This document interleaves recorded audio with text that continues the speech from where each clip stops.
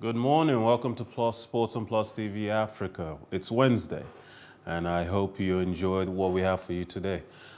We start with tennis. Matteo Berrettini marked his return to the ATP Tour with a hard-fought win over Albert Ramos-Vinolas at the Western and Southern Open. The Italian, who is playing in his first match since last month's Wimbledon final, edged Ramos-Vinolas 6-7, 6-3, 7-5. The fifth seed will now face either Felix Auger-Aliassime or Karen Khachanov next month. Now I have Sayo Oguntoye with me this morning. Good morning, Sayo. Beautiful morning to you, Mukayo. Thank you for joining me. Tennis is always fun to watch, and when you get to watch a really amazing player as Berrettini, you get to enjoy an amazing afternoon of comfort and delight. What do you think about this latest victory? He sits above even Roger Federer in the top 10 ATP world ranking. He keeps growing, Absolutely. and he's one of the future to watch for. I totally agree with you on that. If you look at the set plays, the serves are very powerful, strong ones, and he has something in him. He's trickish, very, very trickish. You know, you never can tell where the game is coming to. It pretends to go this way and it sways it the other way around. So I think, like you said, he's even ahead of Roger. So he's an enterprising player. I love those points he actually won. He's the highest ranked Italian. He must be bringing a lot of pride for his nation. Absolutely. In tennis, Italians are really not there, but Berrettini is trying to, bring Italy into tennis now, and it's a good one for his country. It's a good one he's doing for his nation, and I think he can extend it into the Grand Slams and actually win tournaments. I've had conversations about the future of tennis, and we've talked about how Zverev, Dominic Thiem, Tsitsipas, Medvedev, these are the players to speak of going forward. Once the big three retire fully, obviously Djokovic isn't going anywhere soon, but he has a lot of young talent on his heels. Do you think? Yes, Where do you think Berrettini will rank when it's well, all said and done amongst these young, talented tennis players? Shire, gone are the days where watching tennis, you did so mostly for the laughter and the giggles that comes from hearing the groans and moans. But I almost feel like I prefer to watch female tennis over male tennis. The surprise of these female athletes, the power they can generate on the serve, and the fact that to an extent, a lot of them are more technical than their male counterparts. Do you feel that female tennis has come to a fore that it's probably even rivaling male tennis at this point? Yes, to an extent, yes. The female tennis athletes are rivaling the male tennis ones. Yes, I want to agree with that. And I want to say this also, the future of the female tennis. Unlike male tennis, there isn't really, at least for the last few years, there was a time when Sharapova was really up there with Serena, and we could say these were the top two. But right now in female tennis, there doesn't seem to be anyone we can point to. Serena is Yes, much older. She's still at the very top of her game, but everyone's expecting it's just a matter of time. With male tennis, we look forward to these Zverev, Medvedev, and the likes, who will one day take over. But is there anyone that is going to be as dominant in the game of female tennis as Serena has been going forward? yes. There's a name you missed out, Naomi Osaka. The Japanese, she's a wonderful tennis player. I think Halep will find it difficult against her whenever they cross paths. But it's a name don't even forget to omit. I mean, Naomi Osaka, any day, anytime. She beat Serena Silly these days. She beat she beats anybody that comes her way. She gets Grand Slams like as if it's that easy. So she's one that can rival in terms of looking at the male counterpart now. She can actually rival what the other male counterparts have done. Well, with Coco Gauff also in the mix, really, you think Naomi Osaka is the number one prospect for the future?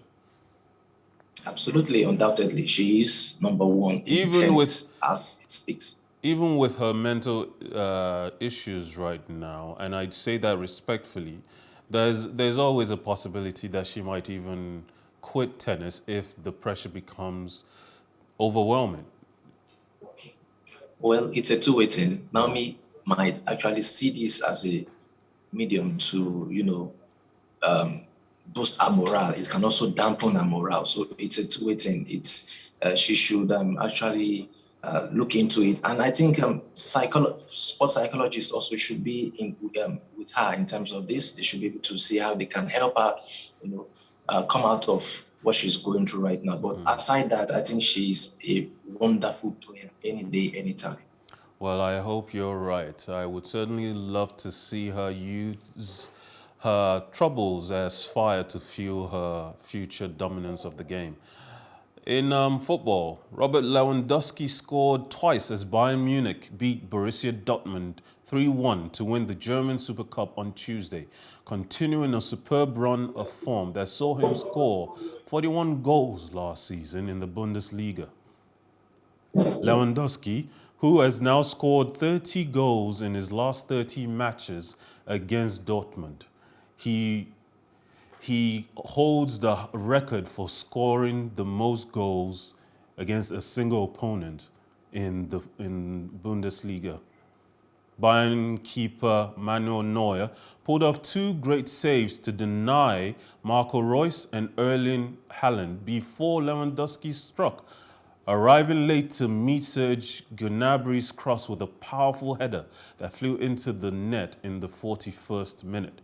Lewandowski set the single-season scoring record on the final day of last season to break a 49-year-old mark held by Bayern Munich legend Gerd Müller, who died on Sunday aged 75. Thomas Müller added a second 4 minutes after the break as Alphonso Davies broke down the left before squaring the ball into the box.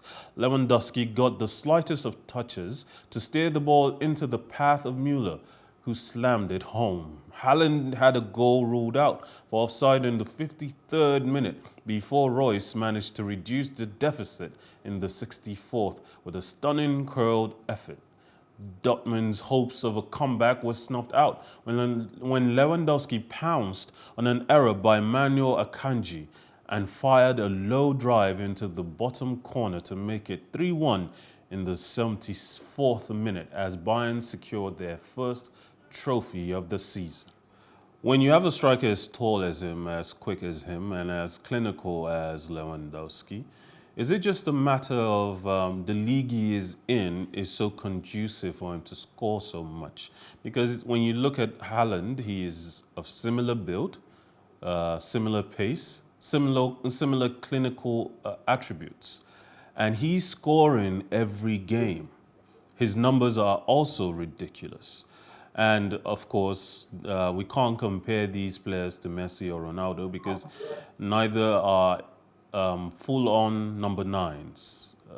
But as far as strikers go, is Lewandowski benefiting from the league he is in? I don't want to agree with that. He's not benefiting from the league he is in. Let's take, for example, you mentioned two strikers, Eric Brut Haaland and Lewandowski. These two strikers actually made wave in Europe last season in terms of European competition. What would you tell me about their national teams? Poland, for example, Lewandowski plays for Poland.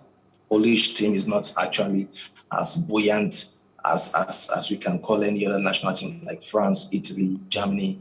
What about Norway too? Norway benefits greatly from the attacking talent, the deadly instinct of Haaland. So if you have it, you have it. If you are good, you are good.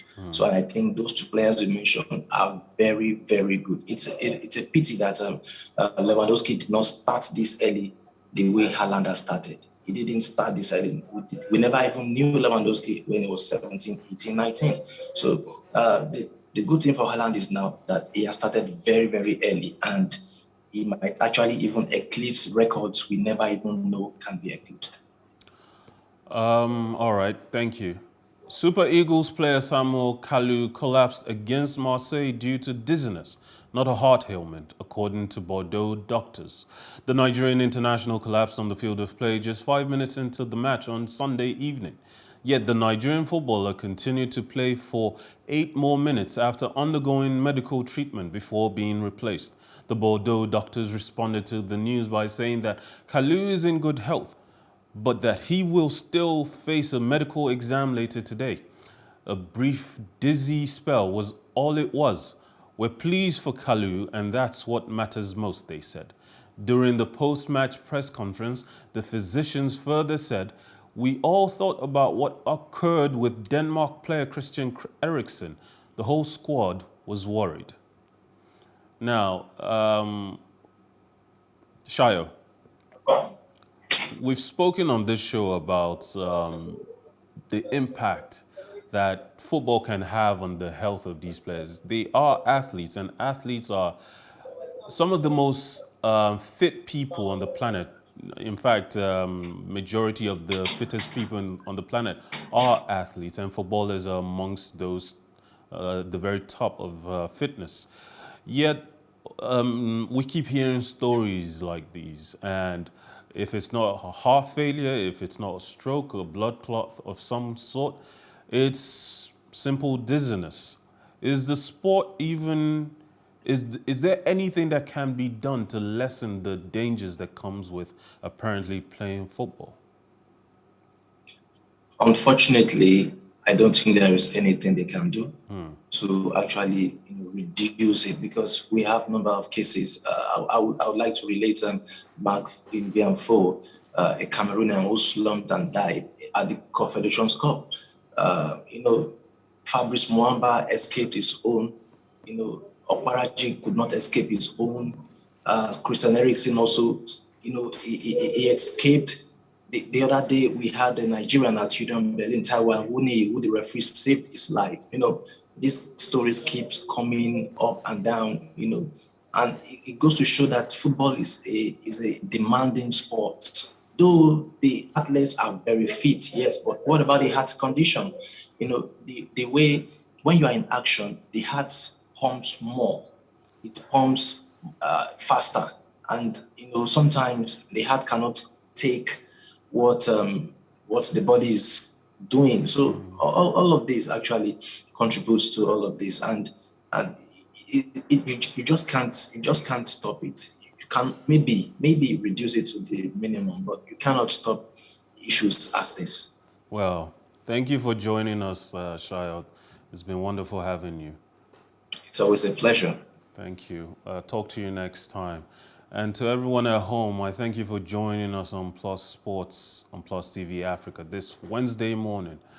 I hope you enjoy the rest of your day. My name is Mikhail Tinubu, and remember, life is never boring with some sports.